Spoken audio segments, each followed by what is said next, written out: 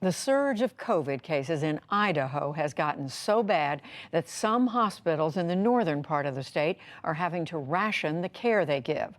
Idaho has one of the nation's lowest vaccination rates. Only 40% of the population is fully vaccinated. As William Brangham tells us, many of the ICUs have been pushed to their limits. Judy, the decision by state officials to allow for the rationing of care means that if hospitals are so overtaxed, they can decide to limit ICU rooms to just those patients who are most likely to survive, and then move other patients to non-hospital rooms for their care. Elective surgeries have also been canceled or seriously cut back.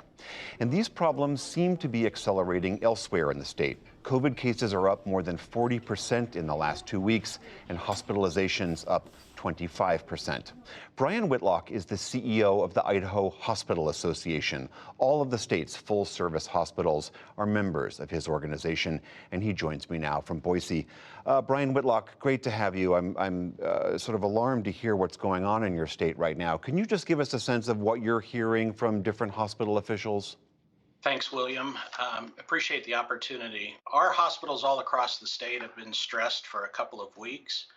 What we saw starting at the beginning of August was just a rapid increase in the number of positive cases, which translated into hospitalizations, which translated into ICU visits, and also an increase in the amount of COVID deaths.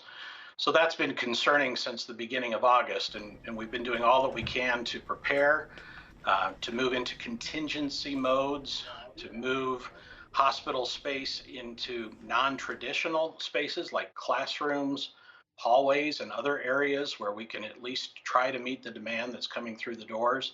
But we've reached a point where we are almost on overload and have an inability to transfer patients to other areas of the state or even the region because of a lack of capacity around the state.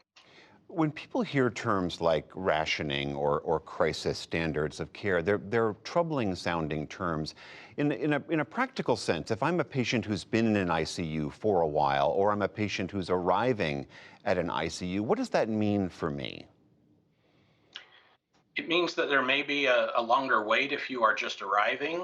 I had a sobering conversation just yesterday where all of our hospitals get on a call each day, and we try to load level and make sure that we can transfer patients. One small critical access hospital, they jumped in as all of our larger tertiary hospitals were saying that their ICUs were completely full and they couldn't take transfers.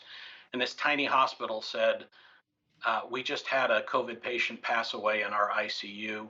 We will have an ICU bed available in about 30 minutes to try to offload some of the pressure on these larger hospitals that have just been inundated and in some cases are on divert. So if you did need to go to an ICU, that might be closed and they might have to send you to the next closest ICU. Are hospitals there at a point where they might have to choose that a ventilator goes to this patient and perhaps not to that patient? And William, those are difficult conversations to have, but they are taking place.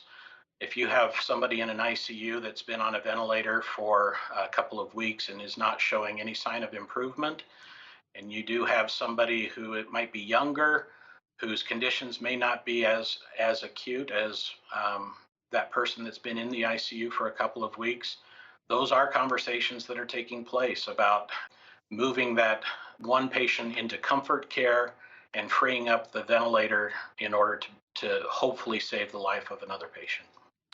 Are these patients that are filling these ICUs unvaccinated patients by and large? More than by and large, almost all of the patients that we are seeing in the hospital and certainly in the ICU are unvaccinated. We do see some vaccinated people with breakthrough cases that do need hospitalization, but it's nowhere near as serious as it would be if they were unvaccinated. I mean, that's got to be incredibly dispiriting for hospital staff to know that 95% of these patients could have avoided this with a free, safe vaccine. And that's the challenge. Our nurses and our doctors and all of our hospital personnel are going to continue to be passionate and provide that compassionate care. But there is some fatigue, knowing that this is entirely preventable. When you have a hospital that has 200 beds in North Idaho and more than 100 of those beds are taken up with COVID patients that didn't need to be there. It could have been prevented. And yet you still have people who have other conditions, heart attacks, breast cancer. I mean, there are other things that you mentioned elective surgeries have been canceled, but now some of these urgent surgeries are also being postponed because those hospital beds are being taken up by COVID patients who are unvaccinated. I mean, we've seen, and I've talked to health officials and hospital officials in various parts of the country. Do you have a sense as to where that hesitancy is coming from? I think there is a lot of misinformation. I think in today's world, people get information from social media. They have friends who are on social media who heard somebody say something. And, my encouragement is that most physicians, most researchers don't publish their findings on YouTube. And peer review doesn't mean the most number of likes that you get on social media. And so please do your research, but do it with credible sources of information and then make a decision. And hopefully that decision is that you choose to get a vaccine. That's the only way that we're going to get ahead of this pandemic. Lastly, do you have a sense of the arc of this? I mean, I understand, I've read one analysis that you might be up to 30,000 new cases per week mid-month this month. Do you have a sense of how bad this might get? I think all of our hospitals and health systems that are doing their projections fear that it still may be a couple of weeks out before we peak. And when you look at all of the projections in their totality, some of those are saying we may not even peak until the middle of October.